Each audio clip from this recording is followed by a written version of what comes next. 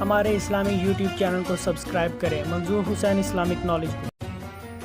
بسم اللہ الرحمن الرحیم۔ ایک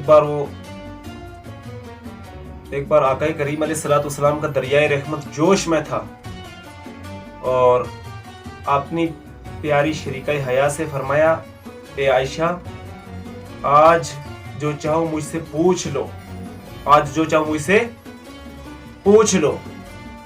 حضرت عائشہ صدیقہ رضی اللہ تعالی عنہا نے عرض کی، یا رسول اللہ صلی اللہ علیہ وسلم، ٹھہرے، میں اپنے ابا جان سے پوچھ کر کے آتی ہوں، مشورہ کر کے آتی ہوں، تو کہ کیا پوچھنا ہے؟ آقا کریم علیہ الصلوۃ والسلام نے فرمایا کہ چاہیے اپنے ابا جان سے پوچھ لیں، کوئی بات نہیں۔ حضرت عائشہ صدیقہ رضی اللہ تعالیٰ عنہا گئی اپنے ابا جان سیدنا صدیق اکبر کے پاس اور عرض کرنے لگی، ابا جان، آج میرے سرتاج آقا کریم علیہ الصلوۃ والسلام کا دریائے رحمت جوش میں ہے، اور فرمایا کہ اے عائشہ، آج جو پوچھنا چاہو پوچھ لو، آج جو پوچھنا چاہو پوچھ لو۔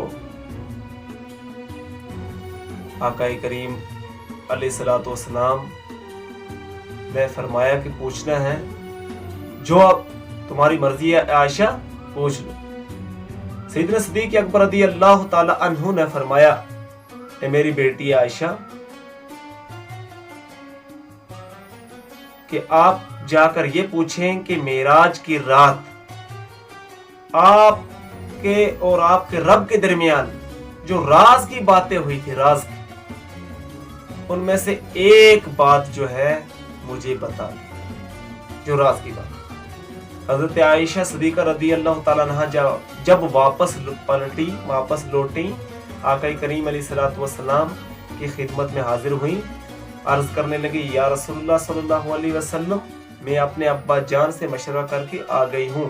آقا کریم علیہ الصلوۃ والسلام نے فرمایا، میرا دریائے رحمت جوش میں ہے، اے عائشہ پوچھ۔ حضرت عائشہ صدیقہ رضی اللہ تعالی عنہا نے اپنے ابا جان سے مشورہ کر کے جب واپس لوٹ آئیں تو پوچھا، یا رسول اللہ صلی اللہ علیہ وسلم، میں آ گئی ہوں۔ میرے آقا نے فرمایا، کیا آپ نے ابا جان سے مشورہ کر لیا؟ حضرت عائشہ نے فرمایا، جی ابا جان سے میں نے مشورہ کر لیا۔ فرمایا، کیا مشورہ کیا ہے؟ حضرت عائشہ صدیقہ رضی اللہ تعالی عنہا نے فرمایا کہ یا رسول اللہ صلی اللہ علیہ وسلم، میں نے اپنے ابا جان سے مشورہ کیا ہے، اور میرے ابا جان نے کہا ہے کہ اپنے سرتاج جناب محمد عربی صلی اللہ علیہ وسلم سے جا کر یہ پوچھنا کہ معراج کی رات، کیا معراج کی رات جو آپ کے اور آپ کے رب کے درمیان، آپ اور آپ کے رب کے درمیان جو راز کی باتیں ہوئی تھی، ان میں سے ایک راز کی بات بتا دیں۔ آقا کریم علیہ الصلوۃ والسلام نے جب یہ سنا تو مسکراہٹ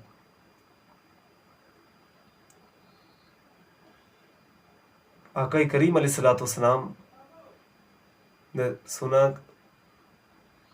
اور فرمایا، اے عائشہ، اگر میں یہ بات بتا دوں، راز کی جتنی باتیں ہوئی تھی ان میں سے ایک بات اگر بتا دوں تو پھر یہ راز نہیں رہے گا۔ اے عائشہ، پھر یہ راز ہی نہیں رہے گا۔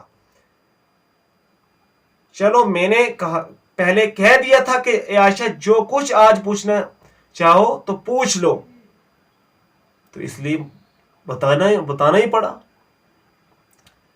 حضرت عائشہ صدیقہ رضی اللہ تعالیٰ عنہا نے جب پوچھا کہ راز کی باتوں میں سے ایک بات بتا دے، تو آقا کریم علیہ الصلوۃ والسلام نے فرمایا، اے عائشہ، جو کسی کا ٹوٹا ہوا دل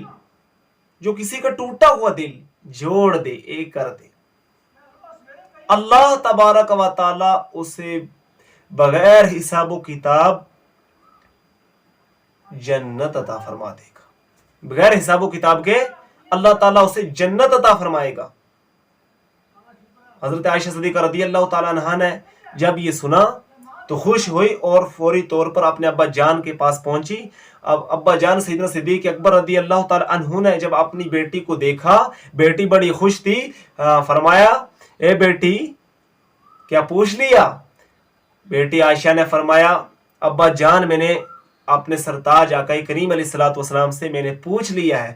سیدنا صدیق اکبر رضی اللہ تعالی عنہ نے فرمایا اے بیٹی کیا پوچھ، اے بیٹی جو میں نے مشورہ دیا تھا کیا وہی پوچھا ہے؟ بیٹی نے عرض کیا ہاں جی میں نے اسی طریقے سے پوچھا ہے کہ راز کی باتوں میں سے ایک بات بتا دے۔ تو پھر آقا کریم علیہ الصلوۃ والسلام نے جو بتایا تھا کہ جو کسی کا ٹوٹا ہوا دل جو ہے جوڑ دے گا بغیر حساب و کتاب کے جنت میں اللہ تعالیٰ اسے داخل فرما دے گا۔ تو حضرت عائشہ صدیقہ رضی اللہ تعالی عنہا جب اپنے والد ماجد کی خدمت میں پہنچی تو سیدنا صدیق اکبر رضی اللہ تعالی عنہ نے فرمایا بیٹی ان راز کی باتوں میں سے جو بات بتائی ہے میرے نبی نے وہ کیا ہے؟ حضرت عائشہ صدیقہ رضی اللہ تعالی عنہا نے بڑی خوشی سے بیان کرنا شروع کیا، فرمایا اے ابا جان راز کی جتنے بھی باتیں ہوئیں ان میں سے ایک بات جو بتائی گئی وہ یہ ہے کہ میرے سرتاج نبی محمد عربی صلی اللہ علیہ وسلم نے فرمایا کہ جو کسی کا ٹوٹا ہوا دل جوڑ دے گا اللہ تبارک و تعالی اس کو بغیر حساب و کتاب کے جنت عطا فرما دے گا۔ اتنا سننا تھا سیدنا صدیق اکبر رضی اللہ تعالیٰ عنہ کی آنکھوں سے آنسو جاری ہو گئے، آنسو کا سیلاب رواں دواں ہو گیا۔ حضرت عائشہ صدیقہ رضی اللہ تعالی عنہا نے فرمایا ابا جان اس میں رونے کی کون سی بات ہے، اس میں تو بڑی خوشی کی بات ہے کہ جو کوئی کسی کا ٹوٹا ہوا دل جوڑ دے تو وہ بغیر حساب و کتاب کے جنت میں جائے گا۔ تو سیدنا صدیق اکبر رضی اللہ تعالی عنہ نے کیا یہ خوب جواب دیا کہ فرمایا بیٹی جس نے کسی کا ٹوٹا ہوا دل جوڑا بغیر حساب و کتاب میں وہ جنت میں تو جائے گا، اسی طریقے سے سمجھو کہ جس نے کسی کے دل کو ٹھیس پہنچائی یعنی کسی کے دل کو دکھ پہنچایا، تکلیف پہنچائی، جڑے ہوئے دلوں کو توڑنے کی کوشش کی تو اس کا انجام کیا ہوگا؟ میں تو اس لیے رو رکھا ہوں کہ اللہ تبارک و تعالی جہاں ٹوٹے ہوئے دلوں کو جوڑنے کا صلہ بغیر حساب و کتاب جنت عطا فرمائے گا، وہیں جو اس کے برعکس دیکھا جائے کہ جو جڑے ہوئے دلوں کو توڑے تو اس کا انجام کیا ہوگا۔ میں تو اس لیے رو رکھا ہوں اے بیٹی کہ ہم سے نہ جانے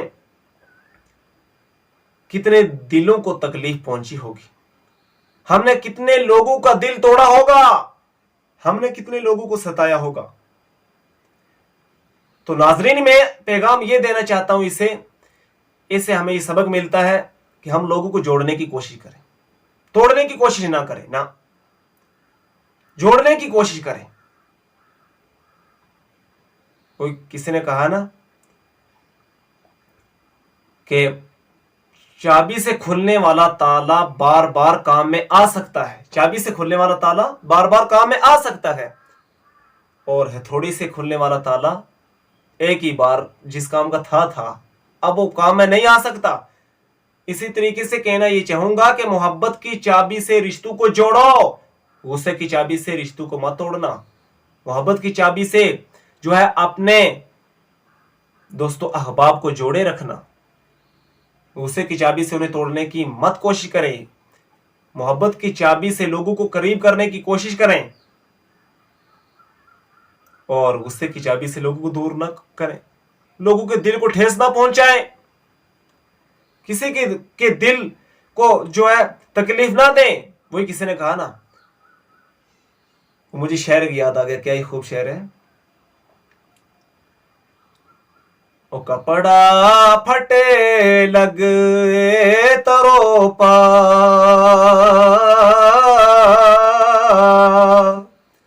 کپڑا پھٹے لگے ترو پا،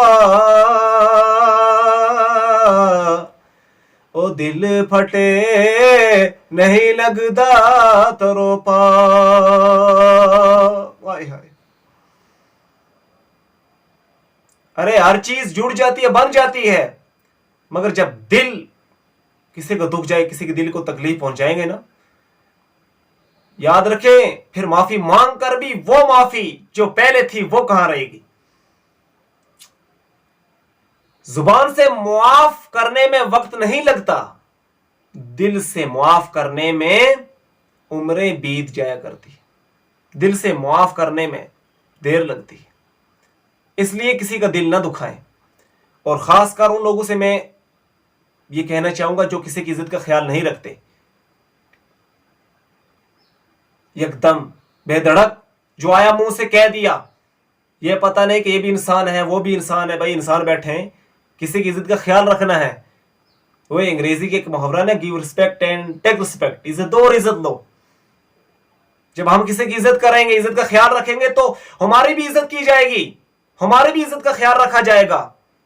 جب ہم کسی کو اچھا سمجھیں گے, اچھا جانیں گے, تو ہمیں بھی اچھا سمجھا جائے گا.